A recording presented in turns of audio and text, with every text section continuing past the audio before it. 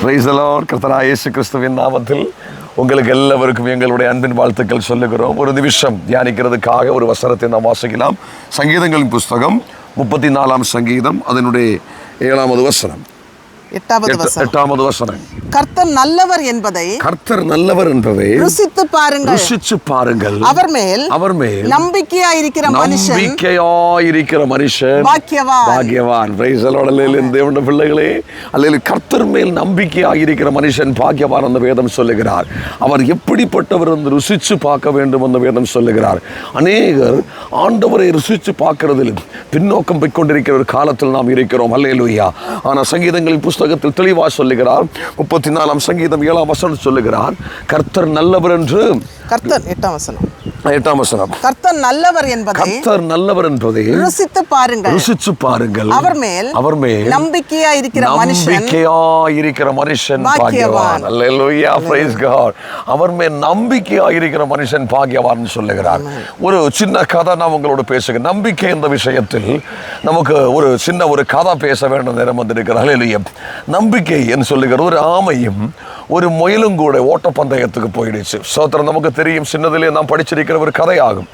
ஆனால் என்னுடைய இருதயத்தில் கர்த்தர் சொல்லுகிறார், கர்த்தர் மேல் எந்த மனுஷன் நம்பிக்கையாக இருக்கிறோன் பாக்கியவான்னு சொல்லுகிறார். அவர் 2 பேரும் 2 டிராக்கில் ஓடிக்கொண்டிருக்கிறார். அல்லேலூயா. ஓட்டப்பந்தயத்தில் முயல் ஒரு டிராக்கில், ஆமா இன்னொரு டிராக்கில் ஓடிக்கொண்டிருக்கிறார். ஆனால் ஆமா, அல்லேலூயா, ரொம்ப மெதுவே ஓடி அன்பா பாசமா இரக்கமா இடத்தும் வலத்தும் பார்த்து டிராக்கு மாறாமல் ஆமா மெதுவே ஓடி போய் கொண்டிருக்கிறார். ஆனால் முயல் என்று சொல்லுகிறது திடீர்னு, அல்லேலூயா, எனக்கு தானே 1 மினிட்டில் 100 மைல் ஸ்பீடில் ஓட முடியும் என்ற நோக்கத்தோடு, எனக்கு எல்லாம் இருக்குது, எனக்கு சொத்து வகை செல்வங்கள் எல்லாமே எனக்கு இருக்குது, அதனாலே எனக்கு எதுவும் எனக்கு கவலை இல்லை என்ற நோக்கத்தோடு, எந்த கவலை எனக்கு இல்லை என்ற நோக்கத்தோடு அல்லேலூயா முயல் என்ன செய்கிறார்? மனுத விசுவாசத்தில், மனுஷீக மூமெண்டில் முயல் என்ன செய்கிறார்? அந்த ட்ராக்கிலூടെ ஓடுகிறார். ஆனால் முயல் 1 மினிட்டில் அல்லேலூயா கிலோமீட்டர் கணக்கு வேகதையில் முயல் ஓடி அந்த ட்ராக்கு அல்லேலூயா ஓடி போகும்போது அந்த முயலுக்கு அந்த ட்ராக் மாறி போகிறார். ஹல்லேலூயா. ஸ்தோத்திரம். பாருங்களா, எல்லாம் இருக்கு, நான் எப்படிப்பட்டவன் தெரியுமா என்று கேட்டு அநேக நபர்கள் இந்த காலத்தில் வாழ்ந்து கொண்டிருக்கிறோம். பாருங்களா, அவர் செய்கிறது இன்னதும் அவருக்கு புரியவில்லை, அவர் என்ன செஞ்சு கொண்டிருக்கிறதுனே அவருக்கு தெரியல. கர்த்தர் மேல் நம்பிக்கையாயிருக்கிற மனுஷன் பாக்கியவான் என்று வேதம் சொல்லுகிறார். ஆனா ஆமையை பாருங்களா, அல்லது முயல் இவ்வளவு வேகதையில் ஓடிக்கொண்டிருக்கும் போது ஆமா இடத்தும் வலத்தும் பார்த்து ரொம்ப அன்பா பாசமா அது வேகதையில் ஓடாமல் நிதான நடந்து அது கரெக்ட் ஆயிட்டு அந்த போட்டியில் வெற்றி பெற்று கொண்டு கதை சொல்லுகிறார். அப்படி இருக்கும்போது இது எதை காட்டுகிறது? ஒரு ஆவிக்குரிய மனிதனை காட்டுகிறது. ரட்சிக்கப்பட்ட தேவனுடைய பிள்ளையே, ஒருவேளை நீ ரட்சிக்கப்பட்டு முழுகள் ஞானஸ்நானம் எடுத்து சபையில் தேவனை ஆராதிச்சு கொண்டிருக்கும், விடுதல்கள் இல்ல, என்னுடைய வாழ்க்கையில் எந்த விதமான மாற்றங்களும் இல்ல, எனக்கு ஒரு தேற்றுதல் இல்ல, எனக்கு ஒரு விடுதல் வருகிறது இல்ல. அநேகருக்கு உலக மனுஷனை பார்க்கும்போது உன்னை விட வேகதையில் அவன் ஓடிக்கொண்டிருக்கலாம், உன்னை விட ஆசீர்வாதமாய் அவன் இருக்கிற மாதிரி உனக்கு தோணலாம்.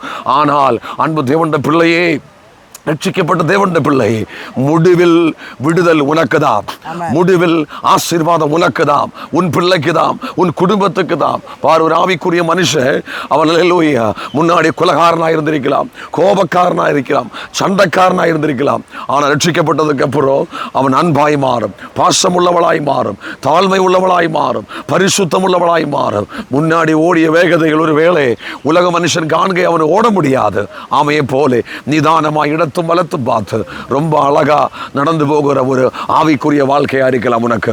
கர்த்தர் சொல்லுகிறார், நீ கொஞ்சம் வெயிட் பண்ண, நீ அனுபவிச்சு கொண்டிருக்கிற வேதனைக்கு நீ கொஞ்சம் வெயிட் பண்ண, ஸ்லோவாய் நீ நடந்து கொண்டு போய் கொண்டிருக்கலாம். ஒருவேளை உன் காரியங்கள் எல்லாம் ஸ்லோவாய் நடக்கலாம், ஆனா உனக்கு பல சிந்தனைகளும் வர, என்னை விட ஜெபிக்காதவங்க எவ்வளவு மேன்மையா இருக்கிறது உனக்கு சிந்திக்கலாம். கடைசியில் பாரு, முயல் ஓடி ட்ராக்கு மாறி போயிடுச்சு. முயலுக்கு ஜெயம் கிடைச்சதில்லை. பாருங்களா, எவ்வளவு வேகதையில் ஓடி நான் ஜெயிச்சுட்டேன், என்னை விட யாருமே இல்லா என்று சொல்லி சவால் விட்ட முயல் வாழ்க்கை கடைசியில் தோல்வி அடைந்ததாய் மாறி. அதனாலே இயேசு ஒரு வார்த்தை சொன்னார், முன்னே இருக்கிற எவனோ அவன் பின்னாடி வருவார், பின்னாடி இருக்கிற எவனோ அவன் முன்னே போகுவான். ஆவிக்குரிய மனுஷனை குறித்து இயேசு சொன்ன ஒரே ஒரு வார்த்தை, பின்னாடி இருக்கிற ஆவிக்குரிய மனுஷா, ரட்சிக்கப்பட்ட தேவனுடைய பிள்ளையே, அதிகம் தாமசம் இல்லாமல் எல்லாவற்றையும் ஜெயிக்கிற ஒரு வல்லமை உன்மேல் இருக்கிறார், நீ ஜெயம் பெற்றுக் கொள்ளுவார். அதனாலே கொஞ்ச நேரத்துக்கு நீ அனுபவிக்கிற பாடுகள், கொஞ்ச நேரத்துக்கு நீ அனுபவிக்கிற வேதனைகள் அது உன்னை அழிக்கிறதுக்கல்ல, உன் குடும்பத்தை அழிக்கிறதுக்கல்ல, உன் எதிர்காலத்தை அழிக்கிறதுக்கல்ல.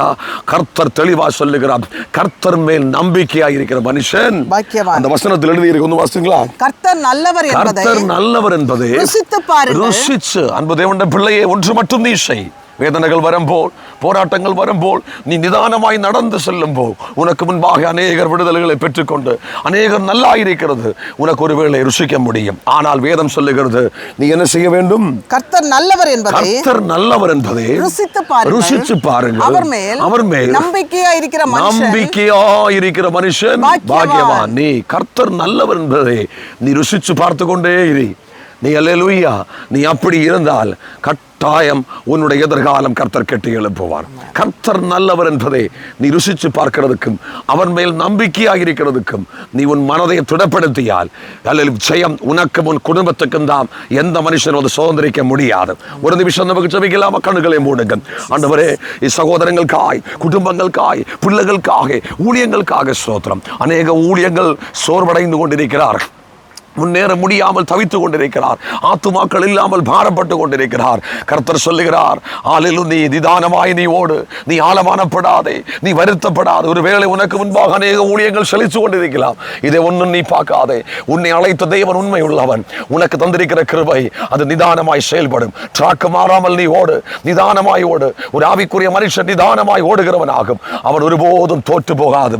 அவன் கடைசியில் அவனுக்கு அவன் குடும்பத்துக்கு கர்த்தர் மேன்மை உள்ளதை கொடுப்பார்.